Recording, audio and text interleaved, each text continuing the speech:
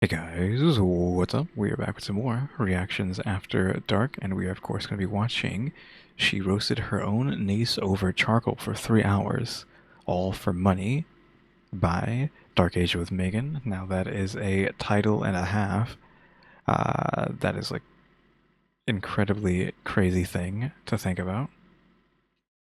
Now, I was saying yesterday's video was probably going to be the worst out of all 7 of the Dark Asia week videos, just because like I don't feel like you can get any worse than what was going on in that last video, but this seems like this is going to be a pretty rough one as well, though this is of course the final video, right, of Dark Asia Week, so congratulations for making it to the end. If you have watched everyone since then. Again, I was doing this all on the same day, so it is still technically the same day for me as the first video of Dark Asia Week, and it is killing me because again I am dealing with issues right now, and kind of unfortunate, but I just wanted to do this, have like a whole week of something, despite what pain it might cause. Uh, but we just got to get through this last one, and we are home free. So yeah, again, congratulations for making it to the end of Dark Asia Week. Again, I don't know what we're going to be doing tomorrow. Probably nothing, and then Tuesday we'll finally go back to a Stephanie video. Yeah, let's just get into it, of course. Disclaimer, as usual, violence, abuse, exploitation, other traumatic events, yada yada yada, that could be inside this video, so viewer discretion is advised. So last time we needed like an extreme viewer discretion is advised, so I don't know if we need one for that this time around, but if we do, extreme warning again.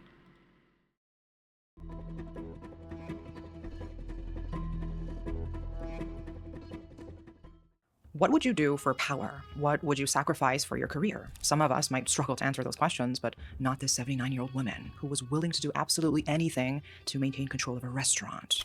Okay, so an old lady did this, what the heck?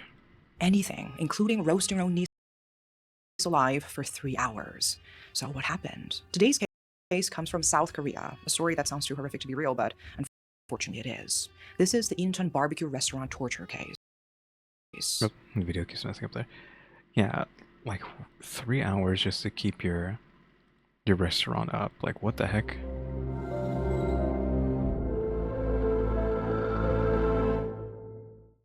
Hey guys! Before we Oh yeah, I forgot there's gonna be a like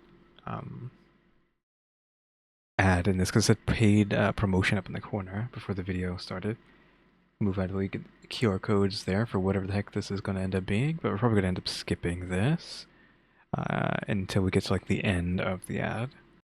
It was just an ad for like a Bejeweled like matching kind of game, Match Masters.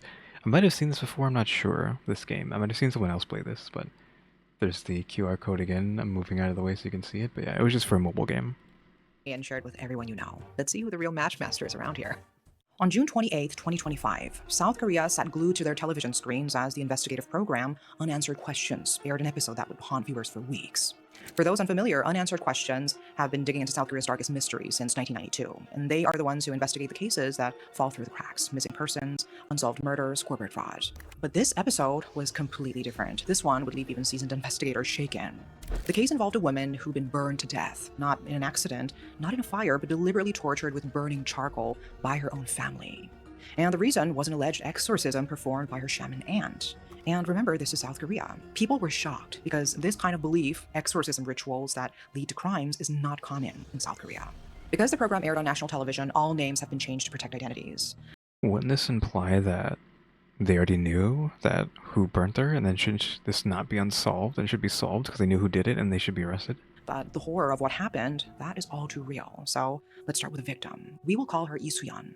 You'd walk into that barbecue restaurant in Bupyeong district, Incheon, any day of the week, holidays included, you would have met Lee. She was in her 30s, and she was impossible to miss, not because she was loud or flashy, but because of her warmth. She had this genuine smile that made customers feel like they were visiting an old friend rather than just grabbing dinner. Regular customers adored her. She'd cook their meat right at the table, asking about their kids, their jobs, their lives. New customers became regulars because of her. She'd share her favorite grilling techniques, explain which cuts were best, sometimes even cook for them herself. Lee wasn't just an employee. This was her family's restaurant, and she ran it like her life depended on it, which in a way it did. She managed all the finances, worked alongside her brother, and together they kept the place running 7 days a week, 365 days a year. There were no days off, not even for major holidays. Her parents loved her. Her brother depended on her. The customers loved her. By all accounts, Lee Soo-yeon was exactly the kind of person you'd want in your corner. But in January 2024, something strange happened.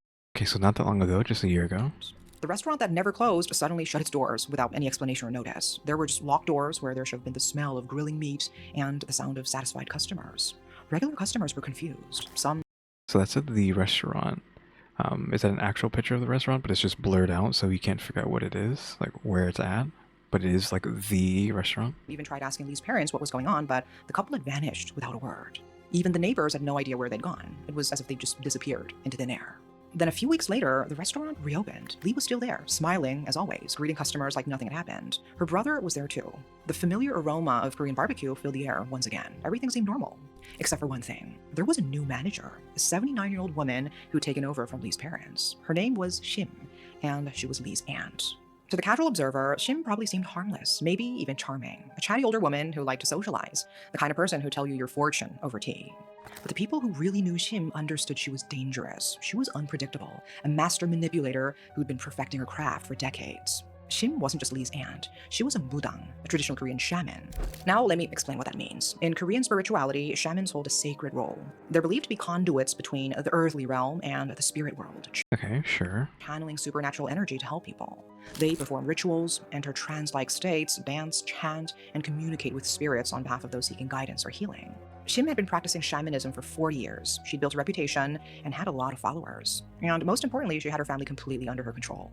But here's the thing. It wasn't because she had any real spiritual power. It was because she was an expert gaslighter. Shim's manipulation started in 1986, almost 40 years before Lee's death. That was the year she claimed to have received enlightenment from a spiritual entity she called grandfather. She started calling herself a shaman, built a temple in Hampyeong, South Jeolla Province, and began accepting people who wanted spiritual cleansing. Okay, is this her actual grandfather? We're just calling him that. You know, like maybe like a term of endearment kind of word. Because we're using the word grandfather, but is it like the words that like Stephanie uses sometimes, like Ajima or whatever, right? Where they're not really related to you. It's just what you would say, like you would call Gramps or what not to like an old man, right? So it's like something like that, maybe. No, they're not actually your grandpa, but right. At first, people thought she was crazy, but she was patient, and she started small with her own family. Her method was simple, but devastatingly effective. She'd tell people about their past lives, inventing sins they'd supposedly committed in previous incarnations, then blaming every bad thing happening in their current lives on those past mistakes. Did you lose your job? That's because of what you did in your past life. Did you get sick? Past life karma. Relationship problems? Past life sins. And whatever something bad actually did Shouldn't that stuff be washed away with a new life because you're not the same person anymore? Question mark. I don't know if that's how that works. happen, because let's face it, bad things happen to everyone, Shim would Though, like, if we're going with like reincarnation or whatever, like the karma for that would be you being reincarnated as like an animal that sucks, right? Like a terrible animal. Or maybe it's also like being born into poverty or something like that too. But I don't know. I usually just think of that stuff as like, oh, you're born as a roach. That's because of a past life, what you were doing in your past life. You know, that kind of karma. Not it like affecting how bad your life is because of how bad you were in your last life. Maybe it is like that. I don't know. would pounce. See, I told you so. If you listened to me, if you'd done the cleansing ritual I recommended, this never would have happened. And when something major That's just confirmation bias is what she's using. went wrong, that's when she'd insist they needed a cleansing ritual. Not from just any shaman, of course, only she could perform it. And unlike other shamans who might take their clients to sacred mountains to perform rituals together, Shim had a different approach. Just give me the money, she'd say. Gather the offerings and the cash, and I'll do the ritual alone. Did she actually perform these rituals? Nobody knows, but the money always disappeared into her pockets. The scariest part is that her own children never escaped. Shim told them not to get closer to other people. She limited their interactions with the outside world, even though she herself was known for being outgoing and chatty. Because of her constant psychological manipulation, her 4 children chose not to marry. They lived Okay. So her 4 children did not marry. Are they in on it too, though? Question mark. Or are they just like more victims of this woman? Isolated from society, rarely seen outside except when absolutely necessary, to work, run errands, or when their mother commanded them to. And work Also, what's the point of like not marrying? Like you had children just so like your bloodline would die right then and there with your children? What? Like what? Sure, there's nothing wrong with that, I guess, but it's like why not have them marry and then presumably have children? they did, without any real job herself, Shim depended entirely on her children's income. She'd also borrow money from anyone who'd lend to her, funding an increasingly expensive lifestyle. Her children worked day and night, grinding away just to pay off their mother's ever-mounting debts. But draining her own children wasn't enough for Shim. She had her eyes on a bigger prize, her sister's family. When Shim lived in Cholla province with her children, her younger sister lived in Incheon with her husband, son, and daughter, our victim Lee. Even though they lived in different cities, Shim's psychological grip on her sister remained ironclad. Years of manipulation had done their work, and Shim had a specific target in that family, Lee herself. She told her sister that Lee carried bad energy, that she was cursed, that she would soon become the source of the family's misfortune unless they took action. According to Shim, Lee needed to be spiritually cleansed before she reached adulthood, and regularly afterward. And her sister believed her. How could she not? Shim had spent years building this framework of fear and superstition, so she spent enormous amounts of money following Shim's instructions, funding ritual after ritual after ritual. Okay, so we're just dumping money into Shim, but is she just blowing it immediately? But it was never enough. Even as Lee grew into a responsible, hardworking adult, Shim kept insisting she needed more cleansing. Over the years, the family spent millions of Korean won on these supposed rituals. All the while, Shim was watching and waiting because she'd heard about the restaurant. Shim had tried to make it on her own. She opened a restaurant in Jeju with her children, trying to replicate her sister's success. And it was a disaster. Okay, so is she gonna just kill the daughter so she can take over the restaurant? Question mark. Is that what this all is about? Just stealing that? Like that's it? The business never took off. Then COVID-19 hit, and the restaurant collapsed completely, leaving Shim with a crushing debt of 1.6 billion won, which is Jesus Christ. roughly 1.2 million US dollars. In 2023, desperate to recover financially, Shim ramped up her temple operations. She performed monthly rituals, accepted offerings from believers that ranged from tens of millions to over 100 million won. But even that couldn't solve her problem. The debt kept growing. That's when Shim had an idea. Why struggle to build her own business when she could just take someone else's? Her sister restaurant had a stellar reputation and stable income, and Shim knew exactly how to get her hands on it.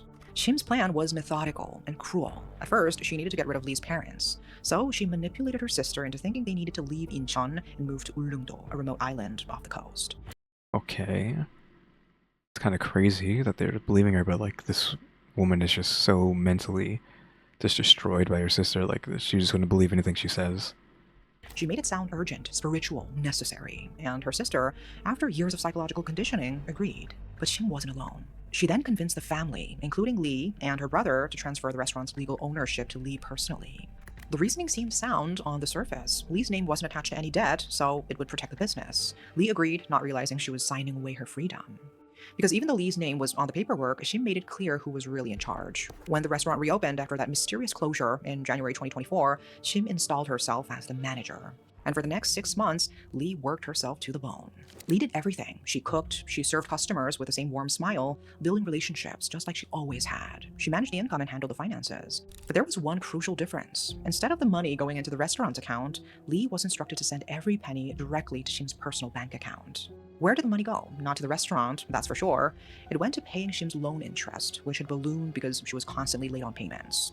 It covered her overdrawn bank accounts, her credit cards, her children's credit cards, and countless personal expenses. Lee was working 16-hour days, sacrificing her youth, her social life, her dreams. Also, her aunt could maintain a lifestyle she couldn't afford. And still, she wanted more. By September 2024, Lee had finally had enough. She'd started noticing things. The way money disappeared without any improving at the restaurant. The way Shim's so-called financial management consisted entirely of taking money and spending it. Even the cleansing rituals felt off. I mean, sure. Again, with her, like she's been doing these like rituals her entire life, so she probably just thinks it's just something that has to be done to her. But I guess maybe eventually you get to the point like, wait, I think this is all nonsense. Especially as like a younger person. I'm guessing what happens here is just like Lee's like, hey, this I know you're screwing us over. You gotta stop this. Maybe I'll go to the police or something. Who knows? And then she's like, okay, time to roast you for money. I mean, doing it like that, is she being paid to roast her for like a snuff video? Like, why specifically roasting for 3 hours? So Lee made a decision. She stopped sending money to Shim's account and started managing the finances herself, buying necessary supplies for the restaurant without asking for permission. For the first time in her life, Isuyeon was standing up to her aunt, and Shim was furious. Her carefully constructed money-making machine was breaking down, so she confronted Lee and gave her an ultimatum. Hand over the money, stay at the restaurant, and be Shim's obedient employee, or leave the restaurant entirely and move to Ulleungdo, just like her parents did. To Shim's surprise, Lee chose to leave. She packed her bags and prepared to start a new life away from her aunt's control. But Shim wasn't about to let her cash cow walk away that easily. On September 18th, 2024, the last day of the Chuseok holiday, Shim set her plan in motion. She called 3 of her children and 1 of her followers. She told them Lee was possessed by an evil spirit, and that if they didn't perform an exorcism immediately, the evil would devour her alive. These people, who'd spent their entire lives under Shim's psychological control, didn't question her.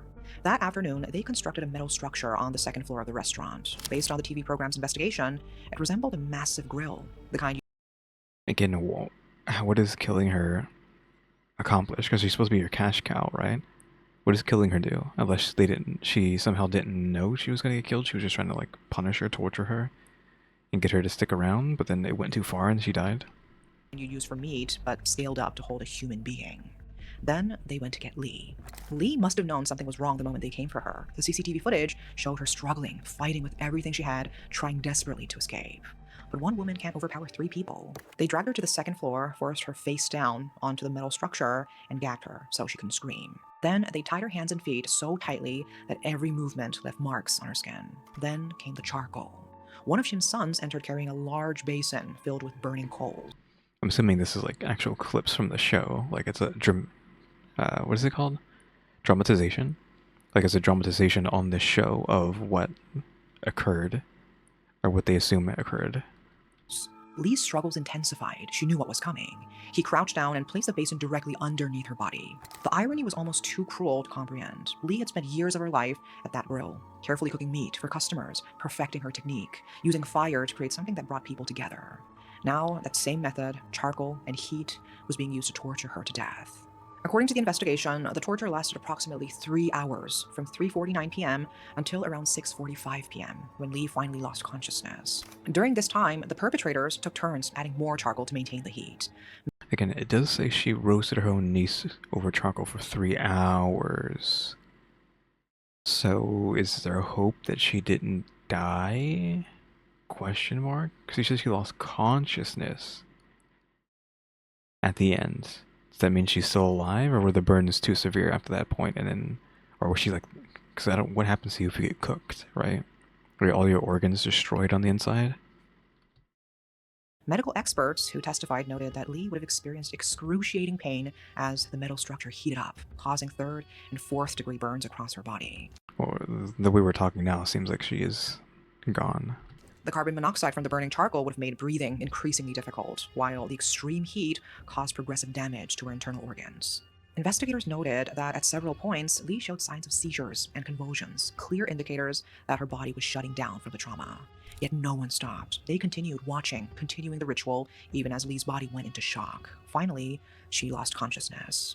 Even after Lee collapsed, Shim tried to cover her tracks. She had them take Lee off the structure and tried absurd home remedies, applying wet towels, even placing raw meat on the burns. They wasted an hour before finally calling for help. And when Okay, so 4 hours of this, 3 hours of torture, 1 hour of trying to fix what they had done. paramedics arrived, Shim had a story ready. Lee had been carrying charcoal and accidentally fell onto it. A tragic workplace accident, nothing more. Falling on the charcoal would not, I mean, you think they're going to be that dumb? Yeah, you fall into some charcoal, you're immediately going to panic and then get up or like start just thrashing around, right? That charcoal is not going to stay on you for like longer than like a second. You could just say she has such severe burns from charcoal touching her for a second. Hello? Like, who's going to fall for that? Even someone who's like not a medical professional wouldn't fall for that. She even took Lee to the hospital, probably thinking the injuries might not be fatal or that the police staff would buy her story. But Lee's injuries were catastrophic. The severe burns had caused multiple organ failure, and the next day, September 19th, 2024, Lee died. Okay, so he did Lee's die. death immediately raised red flags. When the police questioned the family, they all stuck to the same story. She was careless. It was an accident. Yeah, again, like, yeah, she cooked herself instantly. How do you instantly cook yourself? From falling on the charcoal. What is it, like she fell onto the charcoal and knocked herself out as she fell onto it and then just sat there for 3 hours being cooked until they finally found her and it was too late? But the Or 111 something? emergency responders who'd arrived at the scene that day had their doubts. Something about the story didn't add up, so they requested police support. What do you mean something didn't add up? Like, they should have questioned her immediately. Like, no, they should have looked at her like, nope, this is not something that can be caused by a second of contact with charcoal. When investigators arrived at the restaurant, they went straight to the second floor and found the CCTV system. What they saw on that footage would change everything. What? It's so dumb if they just did this right in front of their CCTV. Like, how dumb are you guys? The video showed it all. The metal structure being built, Lee being forced onto it, the charcoal being placed underneath. 3 hours of torture. Every horrific detail was captured in full clarity. There was no accident. This was deliberate. This was murder. On May 20th, 2025, Shim, her 3 children, and 1 follower were arrested. As investigators dug deeper, the full scope of Shim's manipulation came to light. They discovered she'd been controlling her family for decades, using shamanism as a weapon. They found evidence of her 1.6 billion won debt. They uncovered how she'd systematically isolated her children, exploited her sister's family, and ultimately taken control of the restaurant. Friends of Lee came forward too. One told police that Lee had often mentioned her aunt, how she was a very powerful shaman, and how everyone had to do whatever the aunt said. On August 28th, 2025, Shim and her 4 accomplices were formally charged with murder at the Incheon District Court. Okay, it wasn't that long ago. It was only a few months ago. Are they gonna actually get a sentencing or The what? prosecution sought life imprisonment for Shim and 15 to 20 years for each of her children and Okay, so life for her, then 20 for the others. follower. During the trial, Shim's behavior disturbed everyone in the courtroom. She showed no remorse whatsoever. In fact, she continued to insist that Lee had been possessed by an evil spirit that could only be driven out through a cleansing ritual. Yeah, but she's dead, so I don't think that matters, right? Who cares if there's a spirit in her if she's dead? Like, hello? So she clearly is just like a psychopath, right?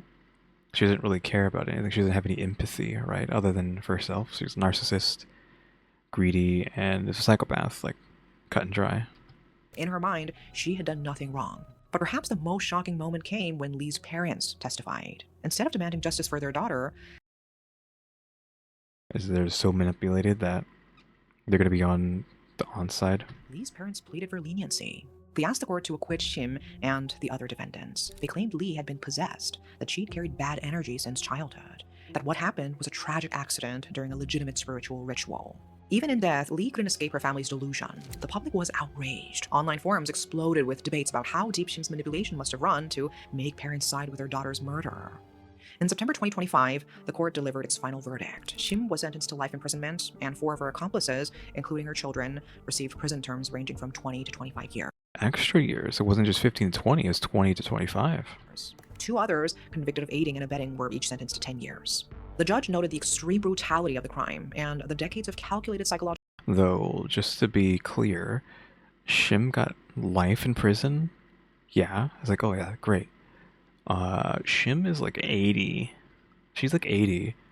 Life for her could be like a day, question mark.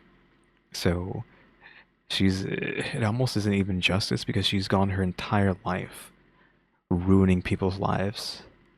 And now she's going to spend like her last few moments in jail. Like she's already gotten away with it. Got away with everything before this point. So it's kind of like, you can only hope that the nonsense that she's spewing will be done to her in the afterlife, right? If there is one, where all this bad stuff that she's done in this life is now going to follow her into the next one, again, if there is a next one. Manipulation Shim had used to control her family. This wasn't a ritual gone wrong. This was torture, and this was murder.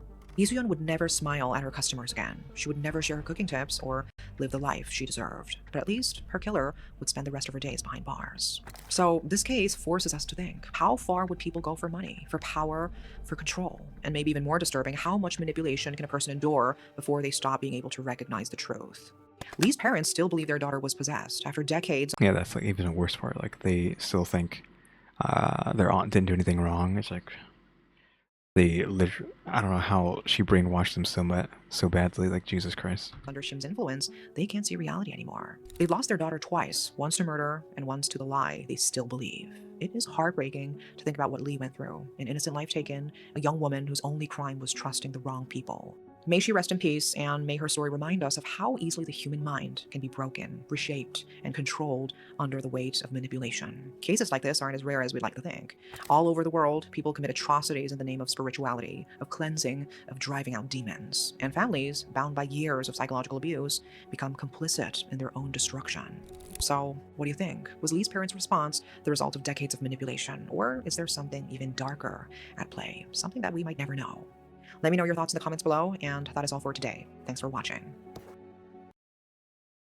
Yeah, I don't know about all that. I would assume it's just that woman just had her talons in them, like too deep, and there's no getting out of that, unfortunately. But yeah, like that's like the worst part about the story is that even after it's like, no, this person murdered your daughter. Like, no, she was possessed. Like, it was just an accident. Like, really? She really brainwashed y'all this hard? No, so again, it's just sad, unfortunate that this is how that played out. But again, like, what did she expect? Like, she said this was supposed to be your cash cow, right? What does killing your cash cow do? Again, unless that wasn't what they were trying to do. They were just trying to torture her to like get her to stick around, and they ended up killing her instead. I don't know. Yeah, it's just unfortunate. But yeah, we have finally made it to the end of Dark Asia Week. Yeah. And again, that's going to be that for now. Again, Monday, we probably won't be doing anything, because there usually would have been a break in between videos, right?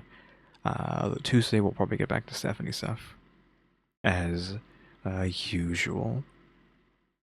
But again, like yesterday's video probably was like the worst one. This one was pretty bad too. But I don't think it was as bad as yesterday's. Nothing's going to top yesterday's, I think, out of any of these 5 or 7 that we did. But yeah, that is going to be it for today. So guys, thanks for watching. Remember to buy me stickers, or think about becoming a member, subscribe, become subscribed, so we're working on watch time and subscribers, and don't forget we have a throne now as well. And share to the members, EmmyStarr, RaleyDrew, and alexgkiller 880. But you guys, thanks for watching. Tune into the next episode. Like, subscribe, comment. You know what to do. See ya.